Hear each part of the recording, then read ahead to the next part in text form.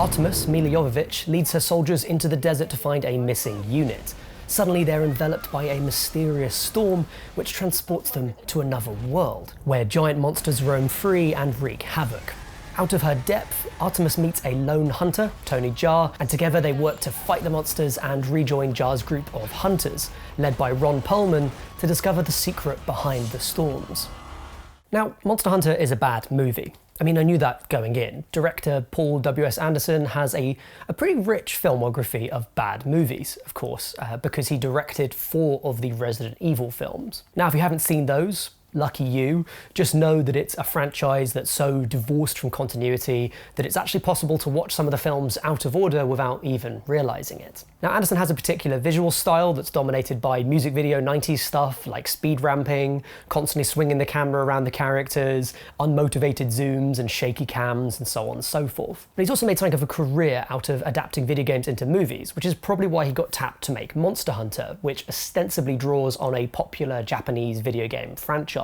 Now, I say ostensibly because the final product bears very little resemblance to the games that it's based on. Yes, there are giant monsters, and the player character, or Milla Jovovich in this version, fights them, hunts them down, but that's about it.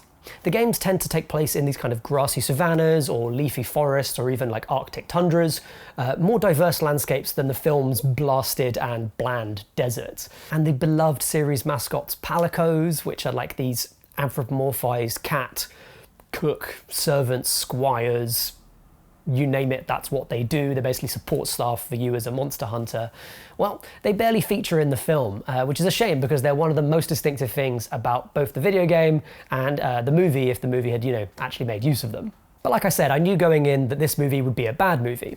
But usually Anderson's films are the good kind of bad. They're the kind that kind of make you gape in amazement at the weird visual storytelling, laugh at the rough dialogue, and generally they involve a good time. They're good like beers with mates movies. Monster Hunter unfortunately falls pretty far short of that very low watermark, and most of its problems can be traced to the screenplay. So to give you a sense of what exactly is wrong with the film, let's go back to the story. And by the way, here's some proper spoilers, so if you're planning to watch this terrible film and you want to go in unfettered without any kind of prior knowledge of it, then you should stop watching this video now.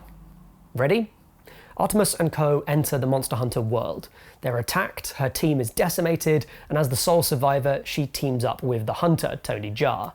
Together they defeat the monster, trapping them in the desert, and they're able to regroup with Jaa's comrades. They gear up and they head out to this mysterious tower to try and stop the magic storm, close the bridge between the worlds, and send Artemis home. It's no great shakes, it's not the most original idea in the world, but it makes sense as a story. You can see it in your head, I'm thinking. Act 1, Artemis arrives and loses her unit, meets Tony.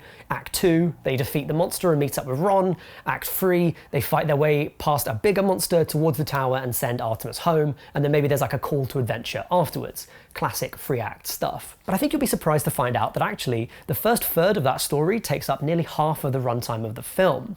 Ron Perlman and co don't actually show up until the last 30 minutes, and that cozy resolution that I mentioned, where they kind of go and stop the tower but maybe have a sense of the adventure continuing, that literally doesn't happen in the film, which for some reason cuts in and out of its final battle and then ends on a cliffhanger with no reason given for like the storm, no greater villain established, nothing like that. It's a truly mind-boggling structural choice, and it weighs down the rest of the film in an unbearable way. With no through line and no villain, the characters basically amble from one bad situation to another. There's no setup or payoff because the setting suddenly shifts 2/3 of the way through the movie, and the ostensible core of the emotional story, which is that friendship that blooms between Artemis and Tony, this kind of brother-in-arms type thing, is completely scuppered. Because for some incredible and bizarre reason, they decided to make Tony's character speak a completely different language to Artemis. He literally does not speak English in the film. Okay, I guess that technically makes sense, right? I mean, they're from different universes, so it's not exactly like he would speak perfect English. But 80% of the movie is just conversations between these two characters. It would be great if the normally kind of stupid convention of everyone speaks English somehow could just happen this one time. It adds insult to injury too that when Ron Perlman finally shows up, he actually does speak excellent English, because apparently this isn't the first time someone crossed over from our world to theirs. And that's a cool plot idea, right? Maybe we're the ones who caused all these problems in the first place? Sounds like rich material to explore, but don't worry, it's never mentioned again. So like I keep saying, Anderson is known for making bad movies. And actually, weirdly, he made one of my favourite movies, Event Horizon. But I think he hasn't made a straightforward good movie since then, and that was in the 90s, so that tells you how long his career's been going on for. But the Resident Evil movies, as dumb as they are at least entertaining. They're interesting. They overflow with big, stupid ideas. They reboot their continuity between each installment, apparently.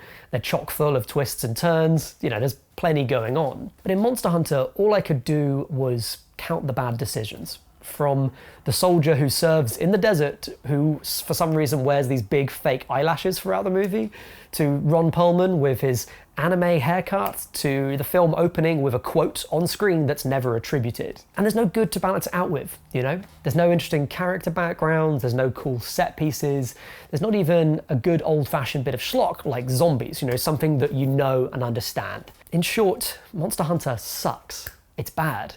Don't go see it. That's it from me, but as ever, I'd love to hear your thoughts on this very bad movie. Are you a understandably hacked off fan of Monster Hunter, the wider gaming franchise? Or are you one of those weirdos like me who does kind of enjoy a W.S. Anderson movie? Let me know in the comments below and let's have a chat about it. Have a good one, and bye for now.